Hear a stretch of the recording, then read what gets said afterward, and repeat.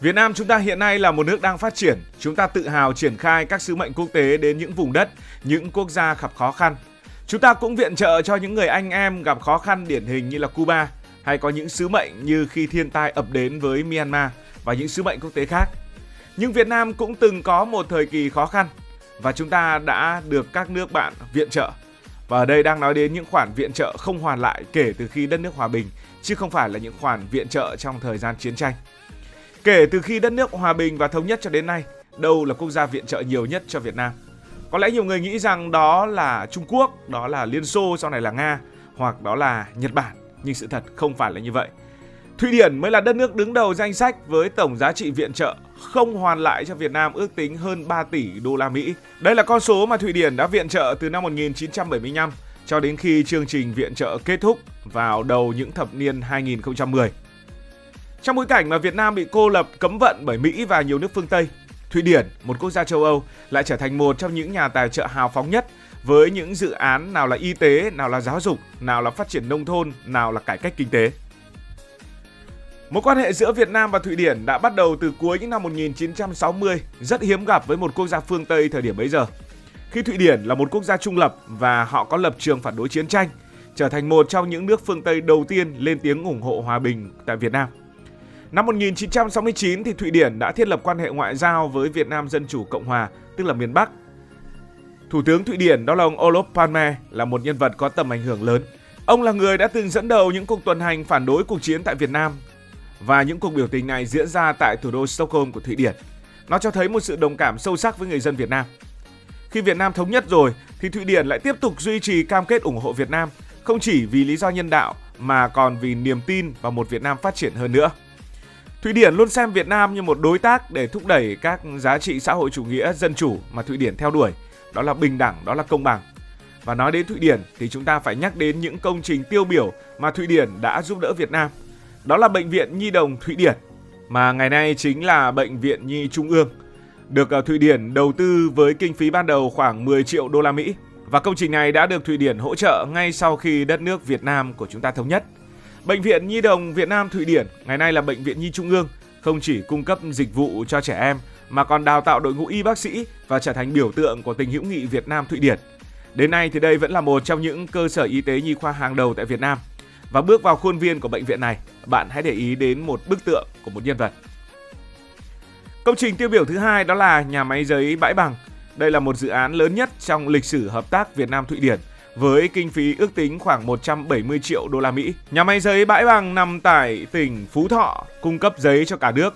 Đúng vào thời điểm mà chúng ta vừa mới thống nhất và nhu cầu giấy cho các trường học, cho giáo dục, cho hành chính là rất lớn. Hàng ngàn công nhân được đào tạo và nhà máy trở thành biểu tượng trong một giai đoạn khó khăn. Cho đến khi Việt Nam bắt đầu đổi mới vào năm 1986 thì Thụy Điển một lần nữa lại hỗ trợ chúng ta.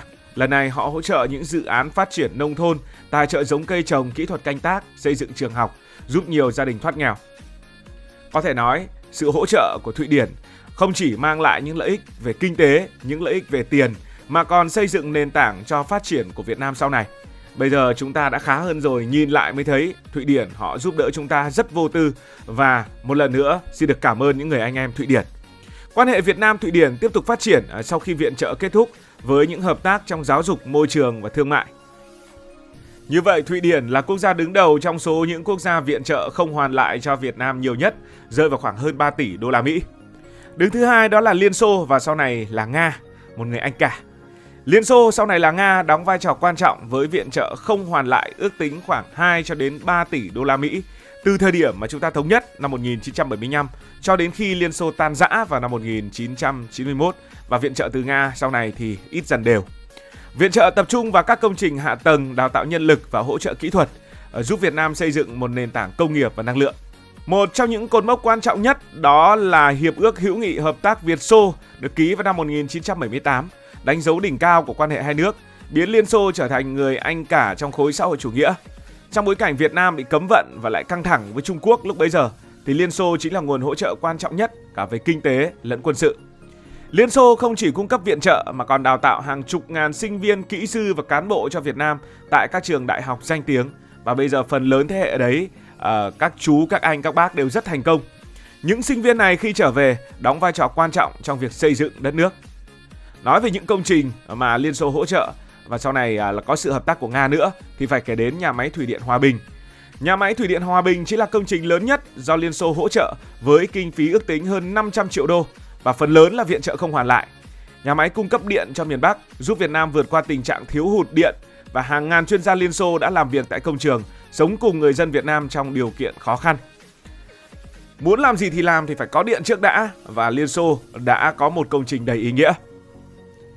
Ngày nay, một công trình nữa vẫn đang trường tồn cùng thời gian, đó là cầu Thăng Long ở Hà Nội. Cầu Thăng Long tuy khởi công trước ngày thống nhất, nhưng cây cầu lại hoàn thành sau ngày thống nhất với sự hỗ trợ của Liên Xô, trở thành một cây cầu biểu tượng của Hà Nội. Kinh phí khoảng 100 triệu đô la Mỹ và phần lớn cũng là viện trợ không hoàn lại, giúp xây dựng cây cầu này. Ở đầu cầu thì vẫn có một tượng đài mà đi qua người ta có thể đọc những dòng chữ rất ý nghĩa về sự hỗ trợ của Liên Xô. Liên Xô cũng cấp học bổng cho khoảng hơn 5 vạn sinh viên Việt Nam từ năm 75 đến năm 91, đào tạo trong các lĩnh vực như là kỹ thuật, y học, khoa học. Và sau này họ trở về trở thành lực lượng nòng cốt trong các ngành công nghiệp và giáo dục tại Việt Nam. Nói theo ngôn ngữ bình dân thì sau này về đều làm cán bộ. Viện trợ của Liên Xô đã đặt nền móng cho công nghiệp hóa tại Việt Nam, từ năng lượng cho đến giao thông. Tuy nhiên, sau khi Liên Xô tan rã thì viện trợ đã giảm mạnh và Nga kế thừa chỉ duy trì một phần nhỏ. Quan hệ Việt-Nga vẫn tiếp tục với các hợp tác trong dầu khí, trong quốc phòng và giáo dục. Ngày nay, những công trình vẫn đang chạy tốt, vẫn đang sử dụng tốt như là Thủy điện Hòa Bình và cầu Thăng Long là minh chứng sống động cho tình hữu nghị Việt-Xô một thời. Đứng thứ ba đó chính là Nhật Bản. Nhật Bản đã trở thành một nhà viện trợ lớn cho Việt Nam kể từ khi chúng ta mở cửa và Mỹ dỡ bỏ cấm vận vào năm 1994. Mặc dù phần lớn viện trợ là ODA dưới dạng vay ưu đãi, nhưng Nhật Bản cũng cung cấp viện trợ không hoàn lại ước tính khoảng 1 tỷ cho đến 1,5 tỷ đô từ quãng đầu những năm 1990 cho đến nay, chủ yếu vào cơ sở hạ tầng, y tế và giáo dục.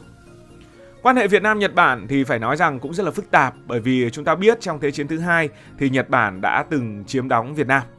Tuy nhiên sau năm 1975 thì Nhật Bản đã dần xây dựng hình ảnh mới như một đối tác phát triển, đặc biệt là sau đổi mới và sau khi Mỹ dỡ bỏ cấm vận thì hợp tác đã thực sự cất cánh. Nhật Bản xem Việt Nam là một cầu nối chiến lược ở Đông Nam Á, phù hợp với chính sách viện trợ nhằm mở rộng ảnh hưởng kinh tế tại khu vực. Cái gì người ta làm đều có mục đích của người ta hết. Nhật Bản không chỉ hỗ trợ kinh tế mà còn thúc đẩy giao lưu văn hóa với những chương trình học bổng và trao đổi sinh viên. Cho đến bây giờ thì cộng đồng người Việt Nam tại Nhật Bản là cộng đồng lớn nhất của người nước ngoài. Một số công trình tiêu biểu như là cầu Cần Thơ với kinh phí khoảng 300 triệu đô la Mỹ, trong đó có một phần là viện trợ không hoàn lại. Cây cầu này trở thành biểu tượng của vùng đồng bằng sông Cửu Long, kết nối giao thông và thúc đẩy kinh tế ở trong khu vực này. Hay là bệnh viện Chợ Rẫy 2 vào năm 2000 thì Nhật Bản tài trợ thiết bị y tế và nâng cấp cơ sở vật chất với kinh phí khoảng 50 triệu đô không hoàn lại, giúp bệnh viện trở thành một trung tâm y tế hàng đầu của miền Nam. Rồi từ những năm 1990, Nhật Bản cũng hỗ trợ xây dựng trường học, cung cấp sách vở ở các vùng nông thôn với kinh phí ước tính cũng vài chục triệu đô. Viện trợ của Nhật Bản đã giúp Việt Nam hiện đại hóa hạ tầng và thúc đẩy tăng trưởng kinh tế. Quan hệ giữa hai nước thì ngày càng thắt chặt, với Nhật Bản trở thành một trong những nhà đầu tư lớn nhất tại Việt Nam. Những dự án viện trợ không chỉ mang lại lợi ích kinh tế mà còn xây dựng lòng tin và đưa Nhật Bản trở thành đối tác chiến lược toàn diện của Việt Nam.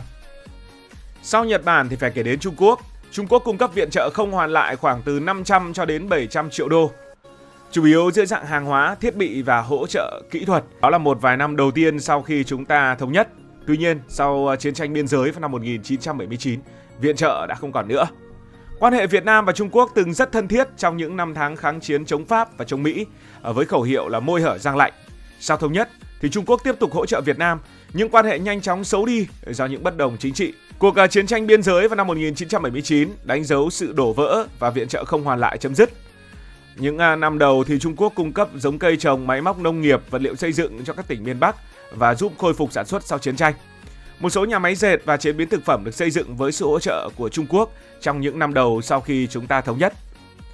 Và ở nhóm sau, chúng ta cũng phải nói lời cảm ơn đến một số quốc gia Bắc Âu như là Na Uy, Đan Mạch và Phần Lan.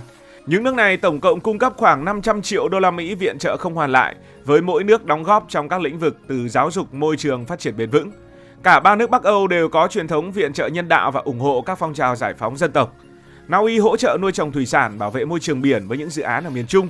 Đan Mạch thì tài trợ năng lượng tái tạo và đào tạo nghề ở một số tỉnh nghèo. Phần Lan hỗ trợ nước sạch và vệ sinh môi trường ở vùng nông thôn.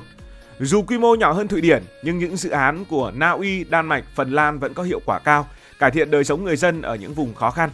Quan hệ Việt Nam với các nước này vẫn tiếp tục trong các lĩnh vực thương mại và môi trường. Tổng kết lại, từ Thụy Điển với một người bạn giúp đỡ, chí tình, một người bạn rất nhân đạo, Liên Xô với những sự hỗ trợ vĩ đại, Nhật Bản với vai trò đồng hành hiện đại hóa, Trung Quốc với một giai đoạn ngắn nhưng ý nghĩa, đến các nước Bắc Âu với sự lặng lẽ và bền bỉ. Một miếng khi đói và một gói khi no.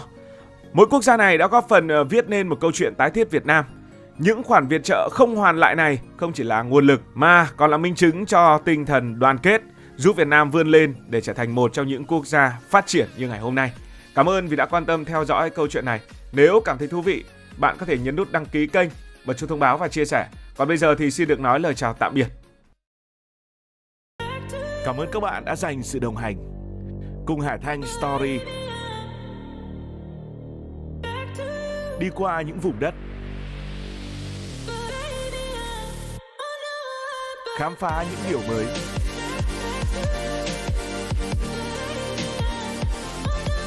Đừng ngần ngại, hãy để lại những góp ý và xin được hẹn gặp lại.